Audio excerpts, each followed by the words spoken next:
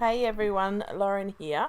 And when I saw this pattern paper with all these little squares of the prints from the other pattern paper in the collection, I immediately knew I wanted to cut them up and then I wanted to use them to add texture to the paper. So I have quite a bit of fun and get quite a bit of colour on the page today, which is pretty fun.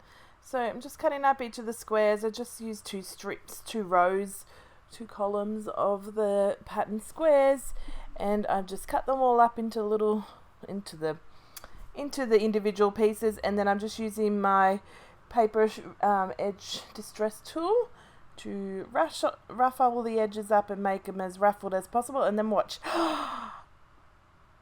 fun, I scrunch them up. So I go each little piece, distress the edges, and then literally just scrunch the paper up. And some get a bit scrunched only, some get scrunched and a little bit ripped, and it's just a lot of fun. So I'm going to fast forward so we don't need to watch it. And then I had a lot of issues layering this piece up because I gutted the paper behind it. So I spared you that trauma, and I've come back and the borders are layered except for the little corners that I fix up, and I've just got the bordered edges on the three sides, not the other side. I wanted to have it the white edge happening, just broke it up a little and was a little bit different. And then so I'm just gonna glue down these little squares. Now I start with two pieces of tape, and then I realize it's not sticking up around all the edges properly, so I just use the one piece of tape in the middle. That way they can sort of sit up a little bit better. So I'm just going to glue them all down, and I'm just leaving that little spot there for my photo. You could really do it anyway. You could leave the middle for the photo, down one of the corners, anything like that. I did try out a few different ways of where I wanted the photo before I settled on it. And this and the border is why I don't always do straight edges and things like that. I've repositioned things and I don't ever get it right, and if I'm trying to get straight, it bothers me because I don't have the patience and I'm not very good at it. So adding the texture, one, I like texture and mixed media and messy and whatnot, but two, it makes it look like I don't have to worry about if it's straight or not. So I just got a photo of my eldest here when he was a baby. That's one of his photos from when he was in early childhood education and care centre, sitting on a bike, probably screaming his head off going, yay! He was a very loud child. He's pretty loud, but not like as boisterous and loud as his brother is.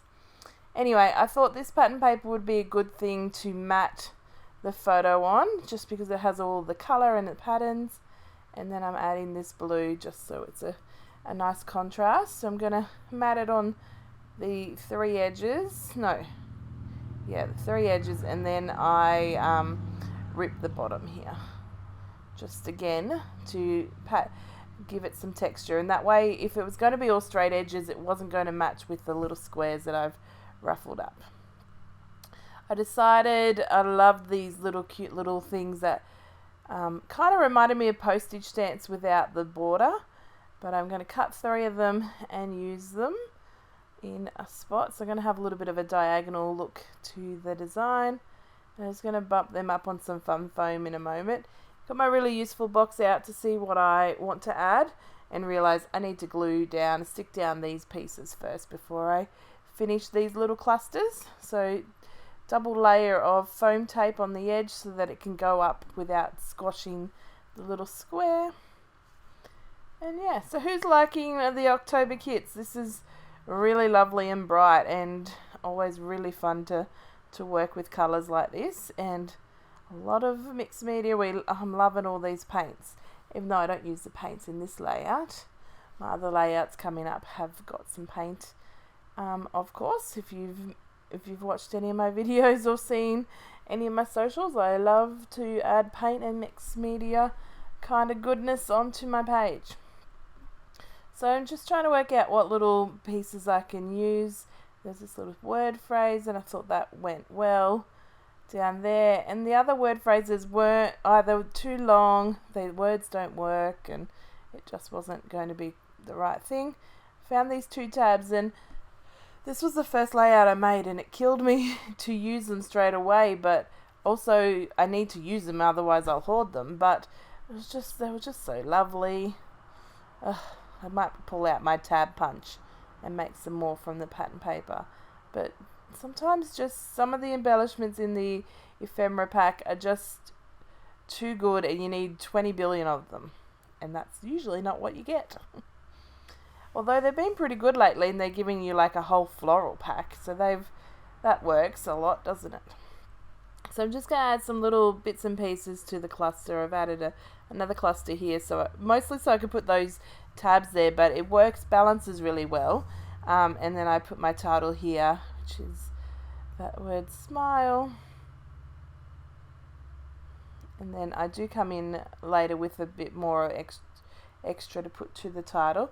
But I use these enamel shapes. Now this is another thing that I'm going to end up hoarding if I just don't do, if I don't make myself just use them when the time is right. So you'll see here I'm adding quite a few, but I still have lots left. And some layouts you just need a few, and others you just need a couple. And some you need lots and lots and lots. So I'm just learning to use what I feel like using in the moment, and not worrying about is it the right layout? Will I have any left for when I want it for another layout? Things like that. It's best to be used rather than sitting on a shelf haunting me in its overwhelmness of stash. So I'm going to put the word every day here, and then I do end up moving, which is good because I see now that red one down the bottom is really out of line. I move those bottom row down a bit so that I can read the word. How come?